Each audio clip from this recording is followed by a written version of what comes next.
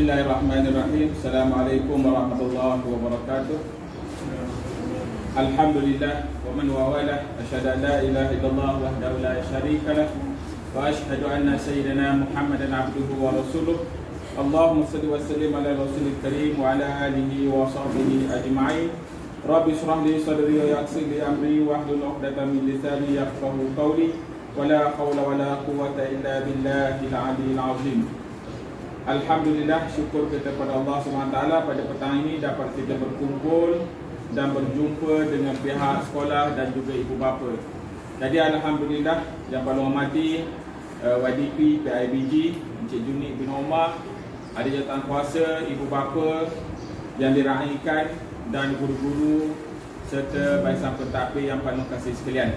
Jadi Alhamdulillah pada petang ini, jadi sebelum kita mulakan majlis kita Mesyuarat Agung PIBG kita pada tahun ini, Pak Long ambil kesempatan ini untuk menyampaikan beberapa perkara yang berkaitan tentang pendidikan ataupun situasi keadaan semasa sama ada dalam negara kita ataupun di sekolah kita SK Sungai Lesung. Jadi untuk itu pada petang ini, Pak Long ucapkan terima kasih kepada cikgu dan juga Cikgu Liu untuk merakamkan ucapan Pak Long lebih kurang dalam 30 minit ini. Dan ibu bapa boleh melihat balik nanti sama ada dalam YouTube ke ataupun dalam grup sekolah SK Sungai Lesung ataupun dalam grup WhatsApp masing-masing lah. Yang pertama sekali berkaitan tentang situasi pendidikan dalam negara kita. Yang pertama, Menteri Kanan Pendidikan Senator Datuk Dr. Muhammad Radhi bin Jidin telah melancarkan program Sekolahku Sejahtera. Yang pertama ialah Sekolahku Sejahtera. Dalam program Sekolahku Sejahtera ini terdapat 14 elemen. 14 elemen yang nak disampaikan kepada pihak sekolah, pihak ibu bapa dan juga kepada anak didik semua. Jadi 14 elemen itu adalah rangkaian daripada 14 huruf Sekolahku Sejahtera. Jadi dia ambil daripada perkataan sejahtera sahaja. Sejahtera saja ada 14. S yang pertama ialah selamat, seronok dan sihat. Berdasarkan kepada perkeliling prosedur pembukaan semula sekolah 3.0, nyatakan bahawa pihak sekolah mesti mengambil langkah-langkah yang berkaitan tentang kesihatan murid, keselamatan murid. Itu dia. Jadi pihak sekolah telah merancang berbagai program, termasuklah program cek anak-anak kita ketika masuk ke sekolah awal pagi, tengok tangan, kuku, mulut mereka supaya mereka sihat datang ke sekolah. Nanti kalau akan terangkan kenapa kita tengok, kan? Dan begitu juga dengan program-program yang lain, termasuklah latihan-latihan keselamatan seperti latihan kebakaran. Kita akan buat di pekat sekolah nanti. Yang kedua iaitu E, etika dan empati. Jadi setiap cikgu mesti ada etika dia sendiri. Seringkali paling ingatkan kepada cikgu dalam mesyuarat beberapa perkara yang berkaitan tentang etika perguruan dan juga kerja buat kita sebagai cikgu, dan kita mesti ada rasa empati kepada anak-anak didik kita. Mana yang belum tingkat, kita tingkatkan, kita cuba usahakan. Mana yang dah tingkat, kita cuba tingkatkan lebih tinggi anak-anak didik kita. Nanti kalau akan terangkan juga. Dan C, jati diri. Di sekolah kita nak lahirkan anak didik kita yang jati diri. Jadi pelbagai program co-curriculum yang kita cuba jalankan, termasuklah perkemahan co-curriculum dan juga perkemahan tahun 6 yang perlu rancangkan nanti. Ada kaitan semuanya itu. Dan A, mewakili kepada adab dan sopan. Jadi kita nak anak-anak didik kita, ibu bapa dan cikgu semua, kita saling menyantuni antara satu sama lain. Jadi anak-anak kita ada yang terlepas cakap dan sebagainya. Nanti kita akan terangkan ada beberapa perkara nanti. Cuba Pak Long teruskan yang ni. H, mewakili harmoni, keadaan harmoni antara hubungan ibu bapa dengan cikgu, hubungan sekolah dengan pihak swasta, dengan pihak-pihak yang berkaitan lah tentang hubungan dengan sekolah. Sekolah banyak hubungannya. Bukan setakat ibu bapa saja, tetapi dengan agensi-agensi lain dan juga dengan pihak swasta dan sebagainya. Berbagai-bagai hubungan pihak sekolah kena jalankan. Tim mewakili tekun, teliti dan terampil. Tekun, teliti dan terampil. Jadi tekun ni pasutlah pada anak-anak kita supaya anak-anak kita tekun, teliti dalam membuat perkara, hal-hal dan sebagainya. Dan juga kita tengok keterampilan anak-anak didik kita. Apa yang kita dah buat dah di peringkat sekolah keterampilan anak-anak didik kita. Eksplorasi. Kalau eksplorasi ni, kalau selalu kita tengok ada satu hari Ahad, kalau kita pergi kampar ke tapah ke, kita akan tengok satu kumpulan orang, tak kisahlah pakai baju hijau ke biru ke, bermotor ke, berkereta ke, mereka bereksplorasi, pergi ke sana, pergi ke sana, pergi ke sana. Itu eksplorasi. Tapi anak-anak kita juga kita didik mereka eksplorasi dari segi pembelajaran. Sebab itulah Pak Long nak, kalau boleh, semua kelas ada TV. Cikgu ni kita hanya mampu ada beberapa kelas saja yang ada TV. Kalau boleh ada TV, semua senang. Capaian internet ada, cikgu boleh mengajar dan dia boleh pergi kepada perkara yang lebih jauh. Contoh yang paling mudah dalam pembelajaran kita, tak kisahlah mata pelajaran apa-apa pun, kalau kita ajar dalam satu tempat bentuk, contohnya kita mengajar apa? Seni. Kita mengajar seni. Contoh kita mengajar seni. Seni ni dia banyak. Dia bukan segi lukis saja. Dia ada arca, dia ada pembuatan dan sebagainya. Kita tengoklah pembuatan tembikar. Contohnya pasu. Kita boleh pergi ke Kuala Kangsar. Tak payah anak didik kita pergi ke Kuala Kangsar. Dalam YouTube kita boleh tengok pembuatan tembikar, pembuatan pasu di Kuala Kangsar, di Sayung. Lepas tu kita boleh pergi jauh sikit ke Sarawak. Sarawak pun ada pasu. Dan mungkin kita boleh pergi jauh lagi, bawa anak murid kita bawa. Tak payah kita pergi. Kita tunjuk dalam internet saja pembelajaran. Mungkin keluar negara, ke Afrika, ke Afrika ada, di Turki ada. Jadi kita boleh bawa. Jadi itu nama eksplorasi. Jadi pembelajaran anak-anak kita ni bukan sahaja peringkat kampung, kita nak bawa sampai ke peringkat global. Kalau ada lah sumbangan daripada ibu bapa, kita lengkapkan TV ke dalam kelas. Boleh anak-anak pendidik kita. Kalau macam itu menarik ke tidak menarik anak-anak belajar? Cuba kita fikir bersama. Dan art rasional. Hari ini kita ada hari penyampaian dan pemberian pencapaian anak-anak. Ibu bapa kena tengok, kena rasional, kena ambil tindakan dan sebagainya. Dan yang A yang sesungguhnya ialah artikulasi. Artikulasi ini ialah anak-anak kita boleh timbal balik, boleh bercerita, boleh bertanya dan sebagainya. Ini dia yang kita nak didikkan kepada anak didik. Itu yang pertama. Sekolahku sejahtera, kita ambil daripada perkataan sejahtera sahaja. Ada 14 rangkaian yang perlu kita ambil perhatian bersama. Yang kedua berkaitan tentang pentaksiran dan juga penilaian. Baru sahaja Menteri Kanan Pendidikan mengisytiharkan bahawa UPSR sudah tidak ada. Tahun 6 UPSR sudah tidak ada. Tak ada lagi cerita tentang UPSR. Jadi UPSR telah berkubur dan mati. Dan kita tanamkan dia dah. Inna lillahi wa inna ilaihi raji'un. Dah. Tak ada sebut dah tentang UPSR. Tetapi menggantikan UPSR itu ada. Peperiksaan yang menggantikan UPSR itu ada. Bermakna anak-anak kita ni masih lagi ada peperiksaan. Cuma yang bezanya ialah peperiksaan itu tidak bersifat kepada pusat macam UPSR. Soalan selaras daripada pusat datang. Satu Malaysia periksa pada hari tersebut. Tidak. Ini periksanya di sekolah. Soalan disediakan oleh pihak kementerian. Bermakna anak-anak kita juga mesti menguasai penilaian.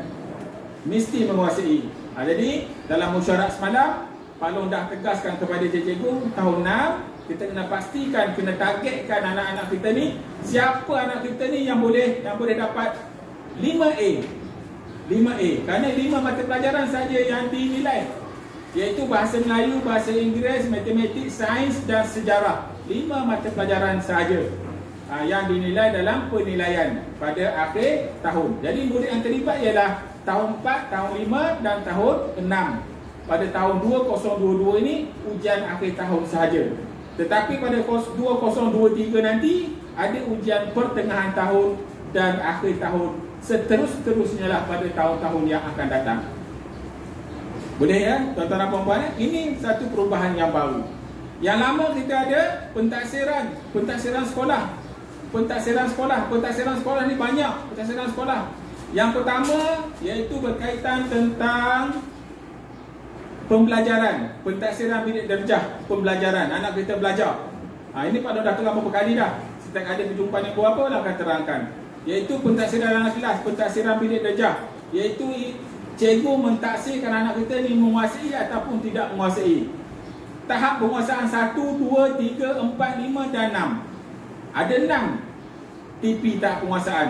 Kalau 1 tu paling lemah lah, paling lemah. 2 lebih baik sikit pada 1. 3 menguasai, baru boleh katakan dia baru menguasai. Kalau menguasai ni macam mana? Kalau boleh baca BA by C baca. Kalau dia baca lagi BA C tak kenal, itu mungkin 1. Mungkin 2. Tengok atas kemampuan murid, 1 ataupun 2. Yang paling bagus ialah 6. Inilah yang kita nak kejar pada anak kita.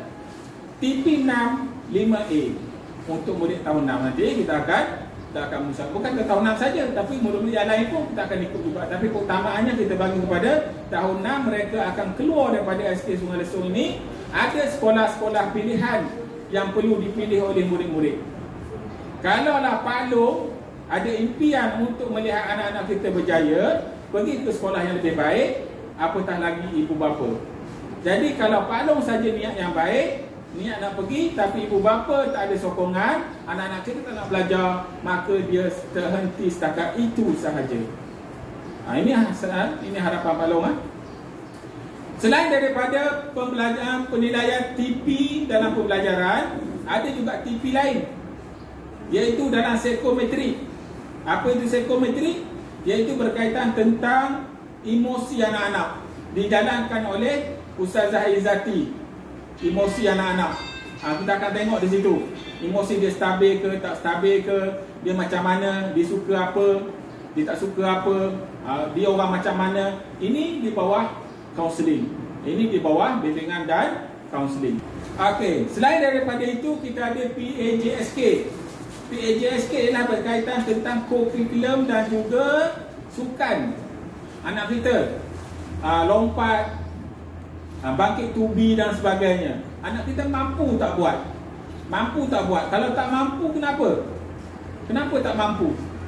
Sebab badannya besar, obes. Obes macam Pak Long. Obes tak mampu. Pak Long mampu skipping 100. Mampu skipping 100. Mampu. Anak kita tak kalah mampu ke tidak? Itu dia. Ada bangkit tubi dan sebagainya itu dalam PJSK. Dan juga yang lain-lain segak dan sebagainya. Itu juga dinilai di peringkat sekolah. Banyak tu nak nilai anak-anak kita tu. Bukan belajar sahaja. Bukan pelajaran sahaja. Jadi anak-anak kita dinilai dari segi, yang pertama dari segi fizikal, yang kedua dari segi pencapaian dia dalam kurikulum, yang ketiga penilaian dia dari segi emosi, dan yang keempat penilaian dia dari segi pembelajaran. 4 kena nilai. Kena nilai. Ada 4 perkara yang perlu dinilai untuk anak-anak kita. Jadi kalau harap ibu bapa faham perkara ni, faham sepaham-fahamnya. Yang seterusnya ialah berkaitan tentang, Pak Long nak bagi tips lah, Pak Long nak kongsi bersama lah. Bagaimana kita nak bagi anak kita yang cemerlang? Bagaimana kita nak bagi anak kita ni cemerlang? Cemerlang, boleh katakan cemerlang lah. Dan dia sama ada tak sederhana, ataupun tahap yang lebih tinggi, ataupun dia di bawah, tapi dia cemerlang di peringkat bawah. Contohnya kelas pemulihan, anak kita tak menguasai kelas pemulihan. Kena tengok kelas pemulihan, ramai lagi anak kita yang tak menguasai dan sebagainya. Kita ada kesan. Kesan kita bermula pada tahun 2019. Bermula saja COVID 2019. Ingat tak? Kita PKP. Nak keluar daripada Sungai Lesok pun tak boleh. Nak pergi ke Mambang pun tak boleh. Dijaganya dekat kilang kacang tu. Tak boleh. Nak keluar pergi ke Langkat pun tak boleh. Dijaga dekat simpang nak masuk Tapah Road. Tengok PKP. Contohnya, semua tutup. Sekolah tutup. Tapi pembelajaran tetap berlaku. Semua tutup tapi tetap berlaku. Yang lepas, imbau balik. Kita pihak sekolah, yang pertama kita sediakan buku latihan, buku kerja tu. Buku ni cukup banyak membantu. Yang kedua, pihak sekolah telah photostat banyak. Satu kupang pun pihak sekolah tak minta daripada ibu bapa, betul tak? Tak minta. Sekolah lain minta untuk photostat, tapi sekolah Sungai Lesong ni kita tak minta. Satu kupang pun kita tak minta. Kita photostat lah mana yang ada peruntukan sekolah, kita beli kertas dan sebagainya, kita bayar sewa mesin photostat, kita bayar mengikut berapa helai yang dikeluarkan. Cikgu sediakan bahan photostat bagi ibu bapa. Boleh katakan 98% ibu bapa ambil. Alhamdulillah ambil bahan 98%. Ada yang tak ambil bahan. Tetapi bila hantar balik, ambil, very good. Bila hantar balik, suruh hantar, kerja tu cikgu nak semak, berapa ramai saja yang hantar. Yang lain, peram. Tak tahulah jadi apa. Jadi bermula daripada situlah. Anak kita belajar melalui online lah dan sebagainya lah. Macam-macam lah gaya yang kita buat supaya anak kita ni faham. Bermula daripada situlah 2019, anak-anak kita tertinggal pembelajaran. Siapa mereka? Kalau mereka tahu 2019, darjah 1, 20, darjah 2, 21, darjah 3, 22, darjah 4. Anak kita di darjah 4. Anak kita di darjah 4 sekarang. Ramai lagi yang masih lemah yang darjah 4. Hari ni tengok pentaksiran yang cikgu bagi. Renung bersama-sama nanti. Nanti Pak Long akan panggil juga ibu bapa mengikut kelas datang. Kita berinteraksi bersama. Apa nak buat? Ikut kelas nanti. Akan makan masa sikit tapi tak apa, kita akan buat.